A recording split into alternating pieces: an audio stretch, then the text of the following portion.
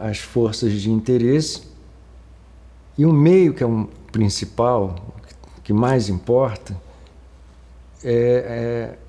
fica desprotegido. Então nós não podemos abandonar todo o progresso científico que foi feito até aqui. Não podemos rasgar isso por conta de um equívoco A, um equívoco B. Quando a totalidade dessas informações, que são confiáveis e que são seguras, é o que importa. Vou dar um exemplo disso. Desde 1958, que sistematicamente está sendo medido o carbono, o dióxido de carbono, que é emitido para a atmosfera. Esse trabalho de pesquisa começou a ser feito por um cientista chamado Charles David Keeling. E desde 1958 até os dias atuais, ano a ano, esse dióxido de carbono é monitorado e os índices, em momento algum, eles decrescem. Os índices de carbono na atmosfera só fazem subir ano a ano, dia a dia. É importante observar que ao longo de toda a história humana, os índices de concentração de CO2 na atmosfera tinham um comportamento completamente regular. Só de 200 anos para cá, meio que coincidindo com a Revolução Industrial, é que os índices começam a subir alarmantemente. E que esse aumento de carbono na atmosfera, através do dióxido de carbono, progressivamente vai fazendo com que essa atmosfera vá se aquecendo. Vai fazendo com que o planeta como um todo vai se aquecendo pelo chamado efeito estufa. O Sol irradia calor na Terra. A Terra absorve esse calor. À noite, sem o Sol, esse calor deveria voltar para o espaço. Só que como tem a atmosfera, parte desse calor sai e parte desse calor é retido, que é o chamado efeito estufa. Se os níveis de CO2 aumentam, a atmosfera é como se ela, entre aspas, ficasse mais densa. Ou seja, a energia ela entra, a energia térmica entra no planeta, mas ela não consegue irradiar de volta. E isso faz com que a temperatura global do planeta cresça. Negar isso hoje é uma irresponsabilidade muito grande. Para a gente entender todo esse processo, temos que olhar lá para trás, para o início da vida no planeta, para entender a vida no planeta hoje. A vida, ela tem 3,5 bilhões de anos no planeta. Até agora, a vida não conhece a morte. A vida encontrou mecanismos de multiplicação e de adaptação e de diferenciação de espécies para exatamente ela ocupar os espaços no globo. Quando a vida começou, há 3,5 bilhões de anos atrás, ela inventou uma coisa fantástica, que foi a fotossíntese. Os primeiros organismos passaram a tirar a energia do Sol para viver. A partir daí, esses primeiros organismos passaram a produzir oxigênio para o planeta. Todo oxigênio que respiramos hoje é fruto do trabalho dessas primeiras bactérias. Depois vieram outras formas de vida desdobrando dessa primeira bactéria, que aprenderam a retirar o oxigênio do ar, usar o oxigênio do ar como comburente e se alimentar daquela outra criatura que fazia fotossíntese para sobreviver. Então, nesse momento, o mundo passa a ser partido entre todo um desdobramento evolutivo na direção dos vegetais e todo um outro desdobramento evolutivo na direção dos animais. Mas o importante nessa história toda é que o animal que se alimenta de um vegetal, ele, em última instância, ele está se alimentando do sol, da energia solar, porque ele está se alimentando da planta que, por sua vez, retirou a energia do sol. Outro animal, que é essencialmente carnívoro, ele, em última instância, está se alimentando da energia do sol também. Por quê? Ele está se alimentando de um ser que retirou energia de uma planta que, por sua vez, retirou energia do sol. Então, até hoje, toda a energia do planeta depende da fotossíntese, desse milagre que é a fotossíntese. Sem a fotossíntese, a vida praticamente acaba no planeta. A Terra possui uma atmosfera. As pessoas não têm ideia do tamanho que é essa atmosfera. Vamos imaginar a Terra como uma imensa bola de inflar, uma bola de 4 metros de diâmetro, do tamanho de um pequeno ônibus.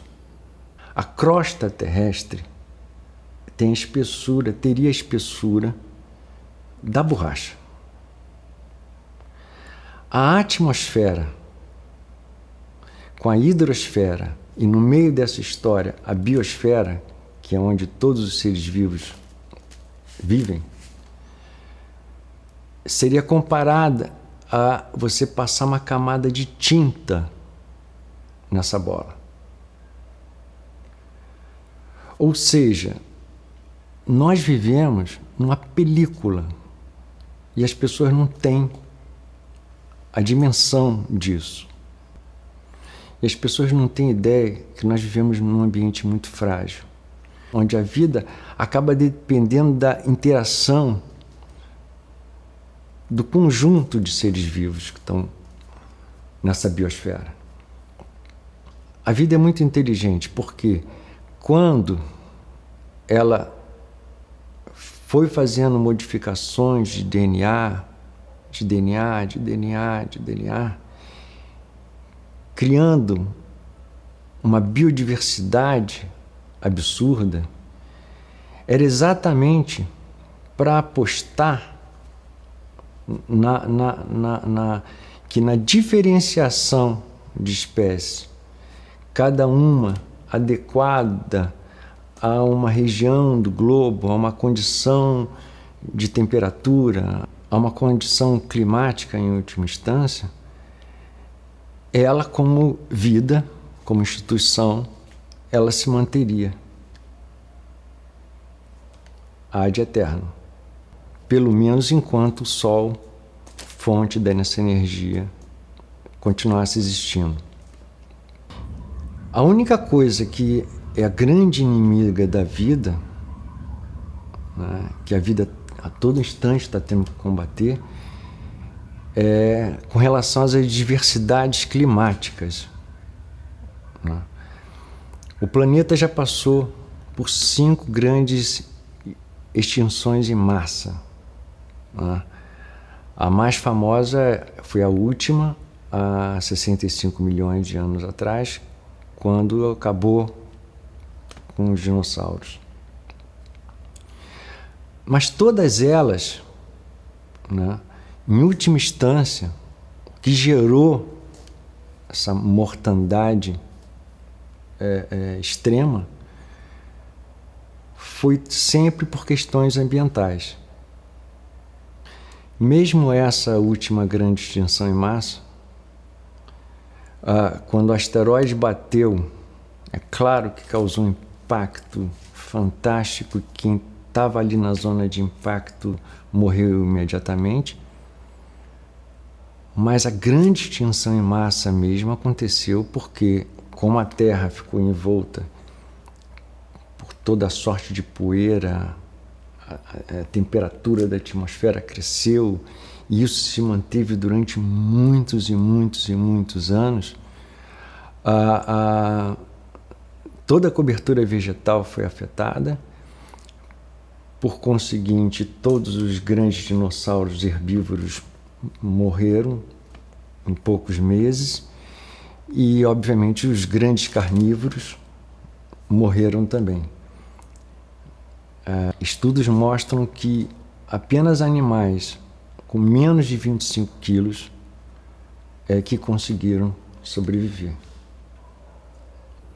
E, de certa forma, esse asteroide foi maravilhoso para todos nós, porque até então, até 65 milhões de anos atrás, a Terra era povoada por dinossauros de todos os tamanhos possíveis e imaginários, e o nosso avô, o avô de todos nós, né, o mamífero pequeno que existia, que não passava de 25 centímetros de tamanho, né, que é o nosso vovô ratinho, ele vivia intocado, escondido naquele mundo de monstros gigantes. Com a queda dos dinossauros e com a impossibilidade de qualquer outro ser vivo com mais de 25 quilos sobreviver, esse nosso avôzinho, que vivia intocado, comendo artrópodes, conseguiu sobreviver. E quando o mundo passou a ser novamente habitado normalmente, ele se viu livre daqueles répteis, daqueles dinossauros enormes, e então pôde se diversificar em toda a sorte de mamíferos que existem hoje em dia, incluindo nós mesmos. Então foi maravilhoso para nós, para a humanidade, esse asteroide ter se chocado com a Terra, porque se ele não tivesse se chocado com a Terra, nenhum de nós estaria aqui hoje. E há quem aposte que nós já estamos vivendo a sexta extinção em massa causada pela ação do homem. Quer dizer, nesse momento é o homem que passa a gerar condições de modificação climática que vai gerar grandes extinções. O homem tem um casamento com a tecnologia desde quando ele fez o primeiro machado. Quando ele lasca a primeira pedra para cortar, quando ele descobre o fogo, passa a haver uma interação entre tecnologia e homem e tecnologia. Quer dizer, o homem inventa a tecnologia, mas a tecnologia também vai moldando o homem que vai vir depois, né? A própria espécie, ela vai especiando no sentido de dar vazão, dar poder, dar sexualidade a quem detém tecnologia. Então, acaba sendo uma via de duas mãos entre o homem e a tecnologia.